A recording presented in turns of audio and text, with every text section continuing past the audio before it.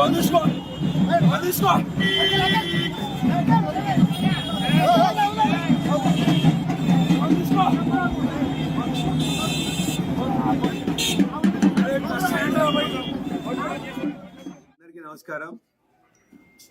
జనగామ పట్టణంలో కొన్ని అభివృద్ధి కార్యక్రమాలు ప్రారంభోత్సవం చేయడానికి, శంకుస్థాపన చేయడానికి గౌరవ మంత్రివర్యులు సీతక్క గారు రావడం జరిగింది.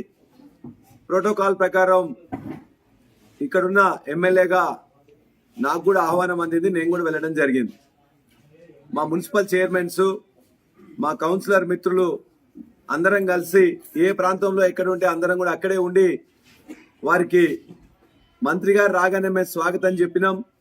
వారికి బొకే ఇచ్చి షాల్వా కప్పి, ఒకవేళ అక్కడ కాంగ్రెస్ నాయకులు ఉంటే కూడా వాళ్ళందరినీ కూడా కొట్టమని చెప్పేసి కొబ్బరికాయ కొట్టమని ఇస్తే కూడా కావాలని కొంతమంది నాయకులు బాగా తాగొచ్చి అసలు అక్కడ నేను ఉండకూడదు, ఎమ్మెల్యే పల్లా గో బ్యాక్ అని చెప్పేసి నినాదాలు ఇవ్వడం మొదలుపెట్టింది. అయినా చాలా ఓపికతో ఈ పనులన్నీ కూడా బీఆర్ఎస్ ప్రభుత్వం కేసీఆర్ గారు ఇచ్చిన నిధులతోనే జరిగినాయి. ఇవాళ వెజ్ నాన్ వెజ్ మార్కెట్ 7 కోట్లతో ఇక్కడ మొదలైంది. 4 ఏళ్ల కింద మొదలైంది.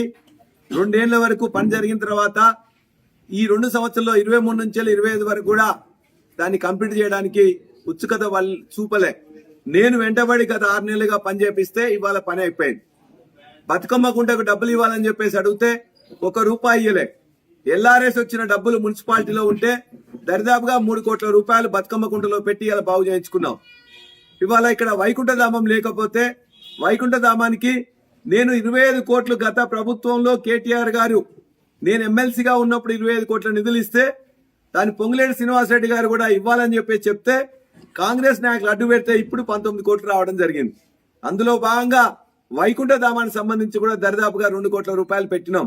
వైకుంఠధామానికి ముందున్న నెహ్రూ పార్క్ నుంచి ఉన్న 60 ఫీట్ల రోడ్డు గాని ఆ వైకుంఠధామంలో బాగా చేసుకోవడానికి అని చెప్పేసి 2 కోట్ల పనులు కూడా ఇవాళ మొదలు పెట్టుకోవాల్సిన అవసరం ఉంది. ఇవన్నీ కార్యక్రమాలు మొదలు పెడుతుంటే ఇవాళ కాంగ్రెస్ వాళ్ళు ఇలా కళ్ళు దాగిన కోతిలా ఇవాళ కొంతమంది ఇక్కడ ఉన్న ఎమ్మెల్యే క్యాండిడేట్ ఇక్కడ జనగామ కథల వాళ్ళకి సంబంధమే లేదు. చేర్యాల ప్రాంతంలో ఎమ్మెల్యేగా అయింది ఆయన. ఎప్పుడు 2004లో గులాబీ జెండా పుణ్యమాని. ఆ తర్వాత 4 పార్టీలు మారి ఇవాళ తాగుబోతులు కొంతమంది ఆ కొడుకు నాయకత్వంలో వేసుకొని వచ్చి నా మీద పదే దాడికి ప్రయత్నం చేసిండ్రు. 6 చోట్ల ప్రోగ్రామ్స్ అయితే 6 చోట్ల వచ్చి కూడా చిల్లర వేషాలు వేసి మొత్తం భర్పూరండిగా వాడు ఎట్లా తాగిండంటే అసలు వానికి కళ్ళు అవపడతలేవు, నడవలేకపోతున్నారు, దున్నపోతులాగుండి ఇవాళ నా మీద దాడికి ప్రయత్నం చేసిండ్రు. అయినా మా యొక్క నాయకులు కార్యకర్తలు చాలా నిదానంగా, ఎందుకంటే ప్రోగ్రాం మనది, జనగామ మనది, శాంతి భద్రతలు మనం కాపాడుకోవాలి అనే ఉద్దేశంతో చాలా ప్రశాంతంగా ఉండి సీతక్క గారితో అన్ని ప్రోగ్రాంలో కూడా వారు ఏ ఉద్దేశంతో వచ్చినా వారికి గౌరవించుకున్నాం. ప్రారంభోత్సవాలు వారితో పాటు చేసుకున్నాం. ఈ యొక్క జనగామకు కావాల్సిన పనుల విషయంలో కూడా ఇవాళ గానుగపాడు బ్రిడ్జికి 90 లక్షలు ఇవ్వాలని చెప్పి కూడా వారికి విన్నపం ఇచ్చినాం. చీడకోడలు బ్రిడ్జి కోసం విన్నపం ఇచ్చినాం. అదేవిధంగా కొన్ని గ్రామాలలో ఇవాళ అందశ్రీ గారు పుట్టిన రేపర్తకు కొన్ని అదనపు నిధులు ఇవ్వమని కోరినాం. అదేవిధంగా 25 కోట్లు మేము ఏదైతే ఇంతకుముందు తెచ్చుకున్నామో ఆ 25 కోట్ల నిధులు కూడా దయచేసి ఇవ్వండి అని చెప్పేసి అడిగినాం. అదేవిధంగా ఇంకొన్ని పనులు ఏదైతే ఉన్నాయో వాటన్నిటిని కూడా ఒక్కొక్కటి అన్ని రిప్రజెంటేషన్స్ కూడా వారికి ఇవ్వడం జరిగింది. ఇక్కడ ఉన్న సమ్మక్క సారక్క మినీ జాతరలకు సంబంధించింది కూడా కొన్ని నిధులు ఇవ్వాలని చెప్పి కూడా వారికి మేము రిప్రజెంటేషన్ ఇవ్వడం జరిగింది.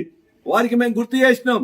వారి ఎమ్మెల్యేగా, ప్రతిపక్ష ఎమ్మెల్యేగా ఉన్నప్పుడు కేటీఆర్ గారి పర్యటన ఉన్నా, కేసీఆర్ గారి పర్యటన ఉన్నా వారిని దగ్గరికి తీసుకెళ్లి వారు చెప్పిన పనులు కూడా చేసి ఆనాడు ఏ విధంగా ప్రతిపక్ష నాయకులను గౌరవించుకున్నామో వారికి కూడా గుర్తు చేసినాం. ఖచ్చితంగా వారు మేము ఇచ్చిన వాటిల్లో కొన్ని విన్నపాలు మన్నించి చేస్తారని, జనగామ అభివృద్ధి కోసం మేము ఇచ్చిన వాటిలో కొన్ని చేయాలని మీ ద్వారా కూడా వారిని కోరుతున్నాం.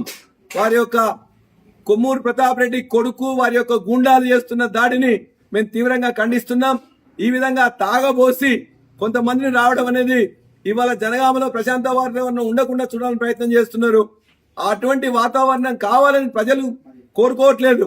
వారు ప్రశాంత వాతావరణం చెడగొట్టదలుచుకుంటే చెడగొట్టే వాళ్ళను పోలీసులు గుర్తించి వారి మీద చర్య తీసుకోవాలని కోరుతున్నాం. ఈ ఎన్నికల్లో ఖచ్చితంగా గులాబీ జెండా ఎగరేస్తాం. ఇటువంటి పిచ్చి పనులు మానుకోవాలని వాళ్ళకి నేను హితవు పలుకుతా ఉన్నా.